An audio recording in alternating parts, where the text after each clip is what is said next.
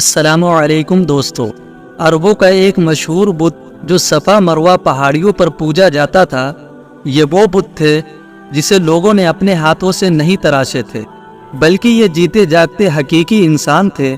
انہوں نے خانہ کعبہ کے اندر ایسا کیا جرم کیا تھا جس کی وجہ سے اللہ نے انہیں ایسا خوفناک عذاب دیا جو آنے والوں کے لیے عبرت کے نشان بن گئے۔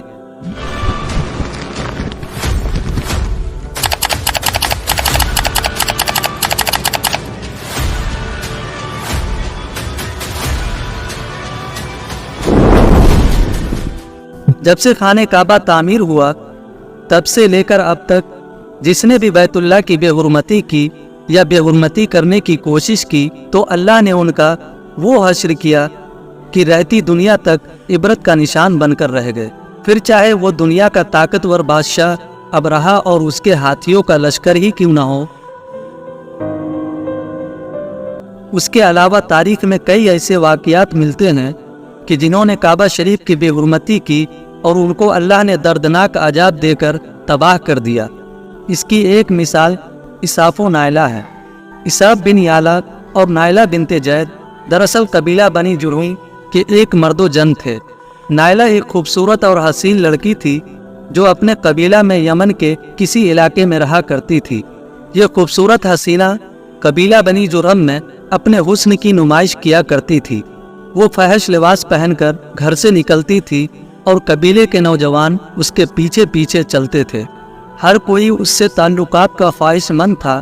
انہی لوگوں میں قبیلے کے سردار کا بیٹا بھی شامل تھا جس کا نام اساف بن یالہ تھا۔ اساف اور نائلہ آپس میں محبت کر بیٹھے اور یہ محبت بہت ہی جلد خباثت میں بدل گئی۔ انہوں نے آپس میں ناجائز تعلقات قائم کر لیے اور جب بھی موقع ملتا تو دونوں زنا میں مشغول ہو جاتے۔ اس طرح یہ سلسلہ یوں ہی چلتا رہا۔ جب ان کے گھر والوں کو اس کا علم ہوا تو وہ ان کے خلاف ہو گئے، جس وجہ سے ان کے ملنے پر پابندی لگا دی گئی۔ ایک دفعہ کا واقعہ ہے کہ بنی جرہم کا ایک قافلہ حج کرنے کے لیے مکہ کے لیے روانہ ہوا تو یہ دونوں بھی اس کے قافلے کے ساتھ حج کے لیے چل دیے۔ قافلہ مکہ پہنچا اور یہ حج کے ایام تھے۔ انہی دنوں کا واقعہ ہے کہ ایک روز کعبہ میں لوگوں کی تعداد بہت کم تھی اور آس پاس کوئی موجود نہ تھا، لہذا شیطان نے ان کے دلوں میں وسوسہ ڈالنا شروع کر دیا۔ وہ دونوں خانہ کعبہ میں داخل ہو گئے اور اس تنہائی کے عالم میں زنا کرنے لگے۔ ان کے اس خباثت اور کعبہ کی بے حرمتی پر زمین اور آسمان کانپ اٹھا۔ سمندر کی موجیں جوش مارنے لگی اور اللہ کی طرف سے عذاب نازل ہو گیا۔ ہوا یوں کہ جب وہ خانہ کعبہ کے اندر بدفعلی کر رہے تھے تو اسی وقت ان کی روحیں قبض کر لی گئی اور ان کے گوشت پوست کے جسم پتھر کے بنتے چلے گئے۔ یہ لمحہ انتہائی خوفناک اور عجیب و غریب تھا۔ دو زندہ انسان عذاب الہی کے تحت اب پتھر کے بن چکے تھے۔ کچھ دیر بعد جب بنی جرہم کے لوگ کعبہ کے قریب آئے اور بیت اللہ کے دروازے کو کھولا تو دونوں بدبخت برہنہ حالت میں پتھر بنے کھڑے تھے۔